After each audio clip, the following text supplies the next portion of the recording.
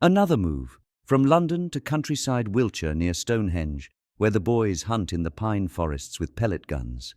And a mischievous caper gets Kieron in big trouble with a neighbour. Chapter 4. The Crab-Apple Caper. It had been a very short stay at Oak Court. During 1959 we ended up in a flat somewhere else in London, but nobody in the family can remember where. I know it was soon after my earlobe had been sewn back on. Michael and Sean went back to boarding school. While they were away, me and Betty shifted to Lark Hill in Salisbury Plain, where I attended schools number 4 and number 5.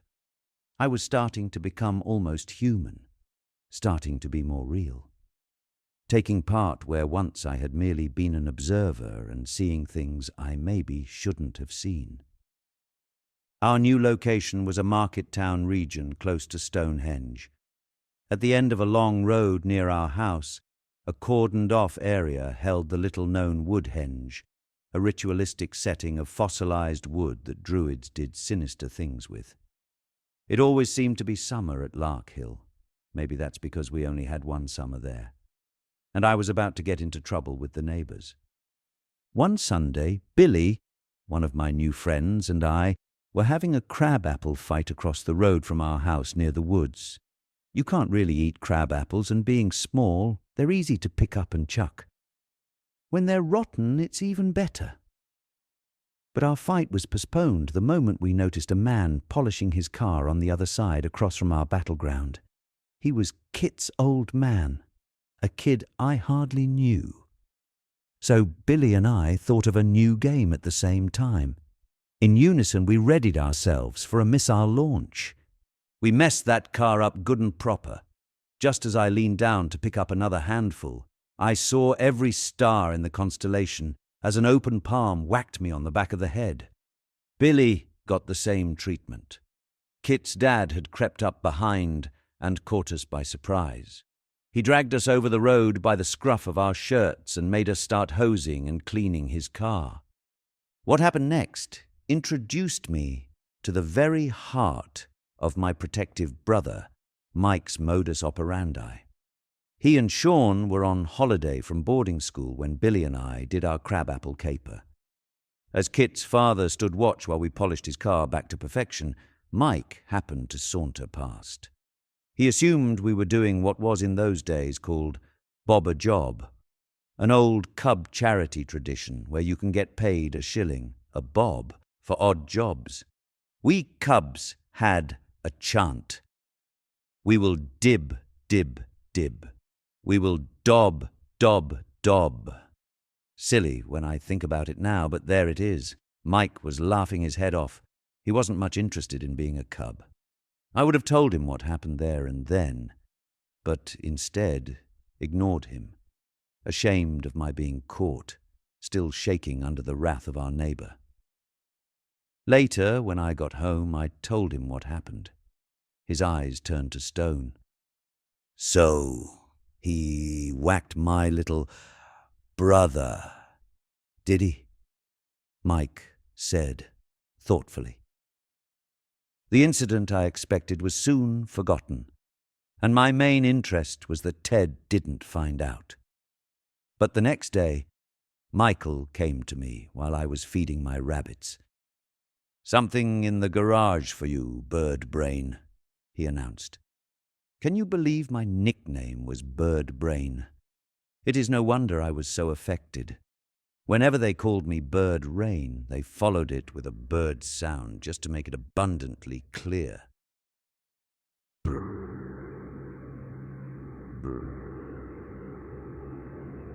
Expecting a present, I rushed to follow him. We had a garage but no car, so it was used as a play area. As the doors opened, there was Kit, hoisted by the wrists, dangling from the rafters.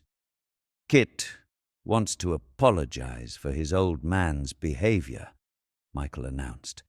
Even at such an early age, I felt proud of Michael for doing that, but was equally disturbed. After a tearful apology, Kit was lowered, kicked in the bum, and sent on his way. Maybe there were other repercussions, maybe not, but Kit did become an occasional friend anyway. Oddly enough, these days Sean calls me Kit, because it was an incident that stuck in our minds. So what was Sean up to during those times? He was cleaning his gun or sharpening a bone-handled hunting knife. He also had an archery set. He adored weapons and the smell of gun oil. Larkhill is where air rifles came on the scene. For me, they held a kind of fascination. I didn't have one, but both Michael and Sean did, and I would wait anxiously for the school holidays. Across the road from our house, an endless playground of pine forests and fields melted into the far distance. In one of the fields, a herd of cows wandered, prime targets according to my Mike and Sean. They used to sit on the stile and pop off a couple of zingers into the backsides of these unsuspecting creatures, taking pride in thwacking a pellet into a rump when the tail was up, and a steaming mass about to form the famous country pancake. That was the main attraction. "What would you rather do, Birdbrain, run a mile, jump a stile, or eat a country pancake?" Michael would ask of me. To peals of laughter, I always took the pancake, which of course was cow shit. I was too young to get a pellet gun and took to following my brothers into the woods where they stalked blackbirds and anything else that dared move. Wire snares were often set for rabbits. On more than one occasion, I went ahead to free the hapless creatures. God's little benefactor was I, saviour of the distressed and burier of deceased animals. Even so, I thought it was big to be with my brothers, though I wasn't sure if I could actually kill something. I got my chance on my 9th birthday, waking with the customary bags under my eyes, from strain and anticipation.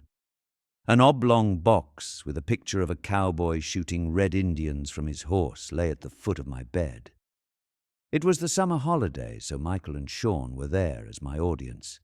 I opened the lid of this box. "It's a pop gun," Michael offered. It was, in fact, like no other pellet gun in the world.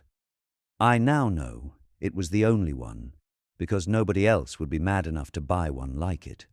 The guns Mike and Sean had used a normal lead pellet, those deadly-looking ones with a skirt.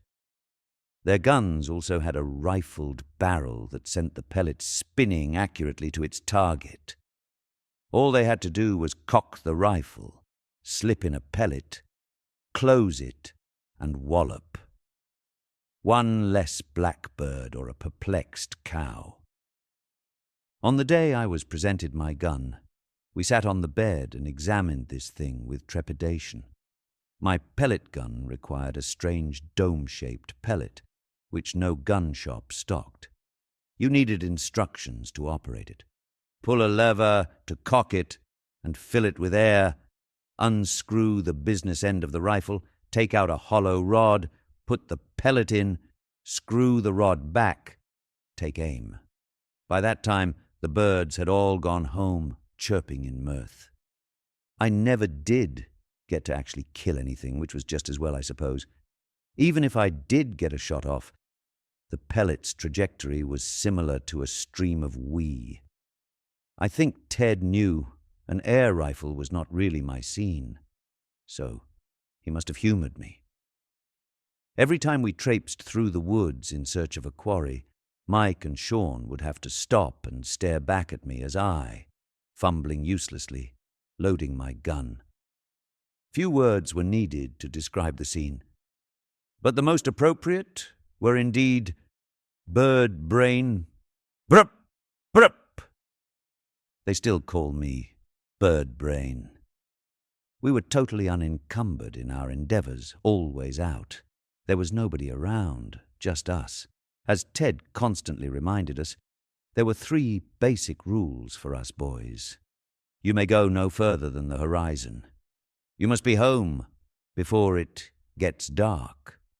And you, in no circumstances, will ever be rude to your mother. Michael figured that once we started, out on a daily mission with our pellet guns.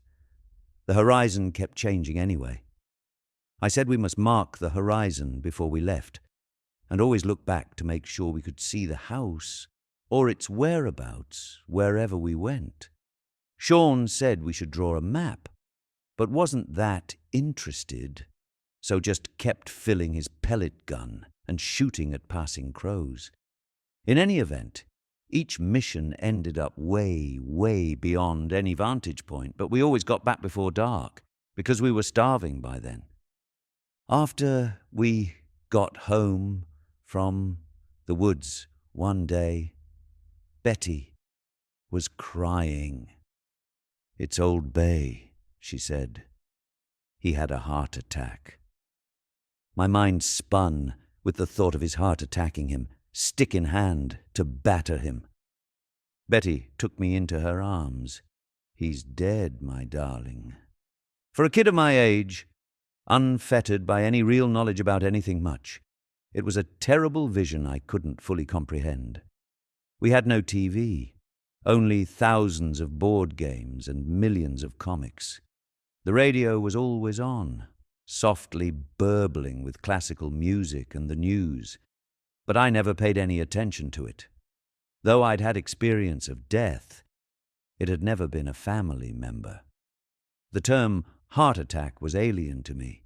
All I knew was I instantly missed this distant rogue I knew little of.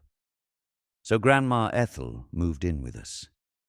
"Nana," I called her, and the loneliness faded as we became closer. I was determined to keep her alive.